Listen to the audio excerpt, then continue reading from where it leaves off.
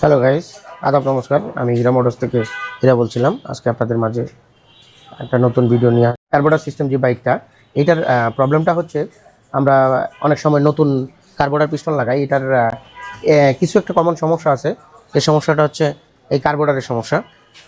টাঙ্কিতে যদি একটু ঝং ধরে, তেল পোড়াটা বন্ধ করা যায় কিভাবে, যেটা হচ্ছে অনেক সময় আমরা কী করি, ফ্লুইড ফিন চেঞ্জ করার পরেও জিনিসটা সমাধান হয় না। তো এইটার আমরা আজকে সমস্যার সমাধানটা বের করব। আর অনেক সময় দেখা গেল আপনার কার্বোরেটর পিস্টনটা খারাপ থাকে, যে পিস্টনটা আপনার মোটামুটি ঠেলে কার্বোরেটরের ভিতরে। এই যে ভিতরে একটা পিস্টন আছে, এই যে এই যে এই যে এর ভিতরে একটা পিস্টন আছে, এই পিস্টনটা খেলে হাওয়া দিলে, তাই হাওয়া ইয়েটালো, এটা হচ্ছে কন্টিনিউ আপনার ইঞ্জিনে যতটুকু হাওয়ার প্রেশার ঢুকবে ততটুকু পর্যন্ত আপনার জিনিসটা খেলবে, উঠবে। আপনি অ্যাক্সেলারেশন যতটুকু টানবেন আপনি ওই পর্যন্ত উঠবে। তো ওই পর্যন্ত উঠবে। তো আমরা এখন আজকে যেটা দেখাবো, এই গাড়ির যে কার্বোরেটর পিস্টনটা আপনার বেশি দিন হয় না লাগানো হয়েছে, তো এইটা আসলে আমরা সমাধানটার চেষ্টা করব যে এটা আসলে কার্বোরেটর পিস্টনটা কী কারণে খুব দ্রুত যাচ্ছে। এই কার্বোরেটর পিস্টনের মধ্যে আখের মতো অনেকগুলো দাগ পড়ে গেছে, যেখানে এইটা হচ্ছে আমরা যখন নতুন কার্বোরেটর পিস্টন লাগাবো তখন এটার বডিটা কিভাবে আমরা এই দাগগুলো রিমুভ করব। এই দাগগুলো যদি রিমুভ না করি, এটার কম্প্রেসারটা অ্যাকুরেটলি যদি আমরা ফেরত না আনতে পারি এই কার্বোরেটরের পিস্টনের, তাহলে এটা লংজিভিটি আবারও থাকবে না। এই যে যেমন আমি যখন পিস্টনটা এইভাবে দিয়ে দিয়ে ছাড়তেছি, তখন এইভাবে স্মুথলি পড়বে, এই আরেকটু স্লোলি পড়বে। এই যে পিস্টনের মধ্যে দেখেন, আপনারা হয়তো ক্যামেরায় দেখা যাচ্ছে কিনা কে জানে, চিকন চিকন কিছু আপনার দাগ পড়ে গেছে। এই দাগটা কী কারণে পড়ছে, বা এই কার্বোরেটর পিস্টন লাগানোর পরে লং টাইম কেন চলে না, এর মধ্যে আবার বাদ হয়ে যায়, সেই জিনিসটা আপনাদেরকে আজকে এই কার্বোরেটর পিস্টনে কাজ করে দেখাবো। আর আরেকটা জিনিস যেটা হচ্ছে কার্বোরেটরের তলা থেকে যে আপনার বেশি অনেক সময় সাইড স্ট্যান্ডে রাখলে বা টাঙ্কিতে হালকা ঝং ধরলে আপনার তেল লিক করে, এই তেল লিক করাটা অনেক সময় আপনার ফ্লুইড ফিন চেঞ্জ করলেও সমাধান হয় না। সেটার আজকে কাজ করে দেখাবো। খালি ফ্লুইড ফিন চেঞ্জ করলে হবে না, ফ্লুইড ফিন যেই জায়গাটা বসে ওই জায়গাটাও আমাদের একটু কাজ করতে হবে। দেখা গেলো কার্বোরেটরের পিস্টনের বডি এবং ফ্লুইড ফিনের বডি, এই দুটো জিনিস মানে আপনাদেরকে আজকে কাজ করে দেখাবো। তাই খোলো ইয়েটা, কার্বোরেটরটা খোলো, নিচে রাখো, একটা ট্রে নিয়ে নাও ছোটো।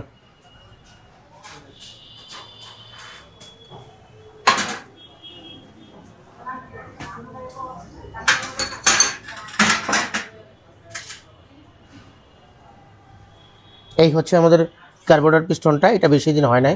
তো এইটাতে যেটা প্রবলেম হচ্ছে, এইটার সমস্যাটা হচ্ছে এই দেখেন কার্বোরেটর পিস্টনের বডির মধ্যে লম্বা লম্বা দাগ পড়ে গেছে। এটার অ্যাক্সেলেশন মাঝে মধ্যে মিস করে। তো আমরা এই পিস্টনটাই রেখে আমরা কার্বোরেটর পিস্টনের বডি কাজ করে দিয়ে রেডি করে দেব। এটা যদি আপনার এই উপরের লেয়ারটা, কালো লেয়ারটা যদি উঠে যায়, তাহলে কার্বোরেটর পিস্টনটা বাদ। আমাদের এখনও কার্বোরেটর পিস্টনটা ভালো আছে, তবে এই জায়গাটা দিয়ে হালকা একটু মানে স্পট পড়ছে, যেটা আসলে পরিবর্তন করে দিলে ভালো হয়। তারপরও আমরা এইটা আরও প্রায় 5 থেকে 7,000 কিলো বা 10,000 কিলো চালানো যাবে, এই জন্য এইটা দিয়েই আমরা কার্বোরেটরটা রেডি করে দিচ্ছি।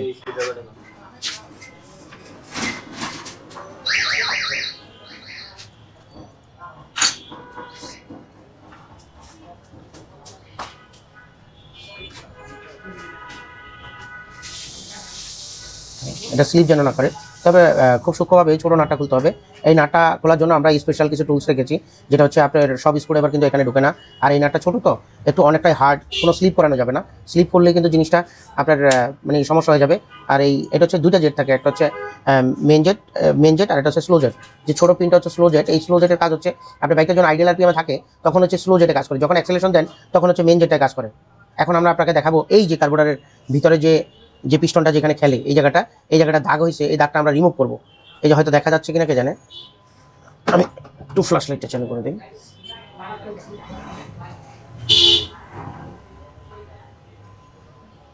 হ্যাঁ, কাজে চলে যাই, লাইট অফ করে। এই যে এখানে হচ্ছে একটা সফট কাপড় দিয়ে আপনি এটা পেঁচাইতে হবে।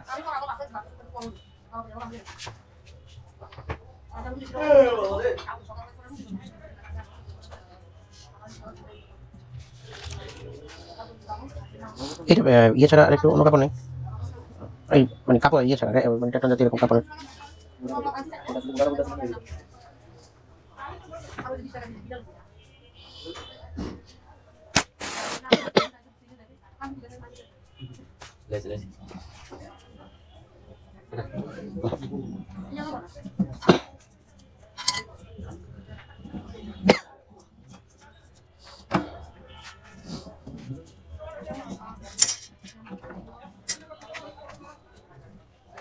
এখানে যদি আমরা শীর্ষ কাগজ ব্যবহার করি তাহলে হচ্ছে কার্বোরেটরের আপনার এই পিস্টন যে জায়গাটা খেলবে ওই জায়গাটা বড় হয়ে যাবে। তো সেখান থেকে এখানে আমরা মানে শীর্ষ কাগজটা ব্যবহার করা যাবে না। শীর্ষ কাগজ ব্যবহার করলেও আপনার একবারে জিরো সাইজের একটা শীর্ষ কাগজ ব্যবহার করতে হবে।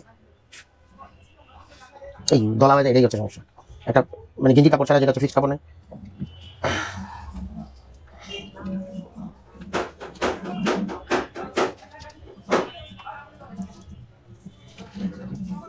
এটাই হচ্ছে আপনাদের এই কাজটা যদি আপনারা করেন বা এই করেন তাহলে আপনাদের খরচ থেকে অনেকটা বেঁচে যাবেন। যে জায়গাটা থেকে আপনাদের একটা কার্বোরেটরের দাম তো প্রায় 6,000 টাকার কাছাকাছি।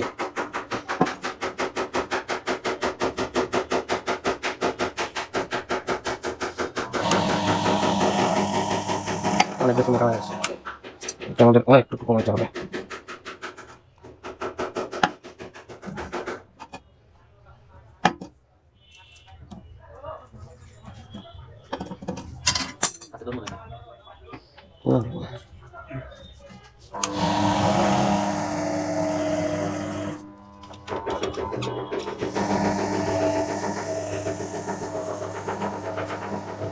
এখানে আপনারা পলিশটা এমনভাবে করবেন যেখানে হচ্ছে আপনারা ভালো করে খেয়াল করবেন যে আপনার চতুর্পাশটা যেন অ্যাকুরেটলি দাগটা উঠে যায়। পিস্টনটা যে অংশটা খেলে ওই অংশটা একটু টাইম নেয়, আপনি যখন কাপড় পলিশ করবেন তখন একটু টাইম নেবে, কিন্তু টাইম নিলেও আপনাকে কাজটা কিন্তু ধৈর্য ধরে করতে হবে।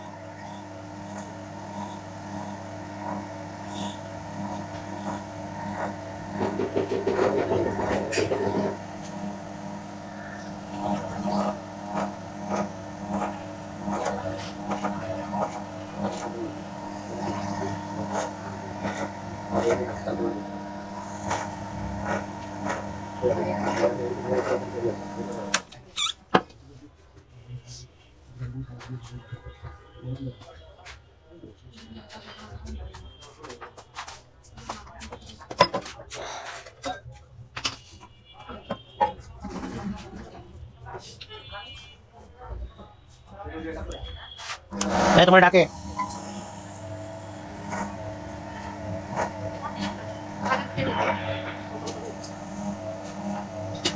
আপেলানো নাই।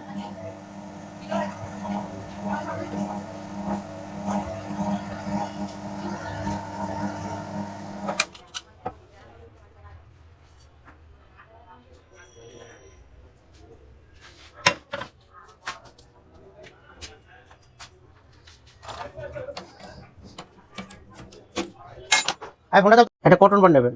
এখানে হচ্ছে আমি কটন বারটা হালকা করে বাইসে বানলাম। বাঁধার পরে এই যে কটন বারটা আমি যখন ড্রিল মেশিন চালালাম তখন এই জায়গাটায় আপনাদেরকে একটা কাজ করতে হবে। গ্যান্ডিং পেস্ট আছে, এটা আসলে লেদে পাওয়া যায়, লেদ ছাড়া আপনার বাইরে হয়তো ইয়েতে পাইতে পারেন। তো গ্যান্ডিং পেস্ট আপনার যেটা হচ্ছে একটা ফিনিশিং, যেটা চিকন গ্যান্ডিং পেস্টটা সেটা এই কটন বারের মাথায় একটু ইয়ে করে নেবেন, লাগিয়ে নেবেন। এরপরে আপনাকে যেটা করতে হবে, এই যে ফ্লুট ফিনের যে বডিটা আছে এটা কিন্তু স্টিলের বডি, পিতলের বডি। তো এই জায়গাটায় ফ্লুট ফিনের মাথায় অনেক সময় কার্বনের মতো বসে থাকছে, এই কারণে ময়লা অনেক সময় চেক দিতে পারে না।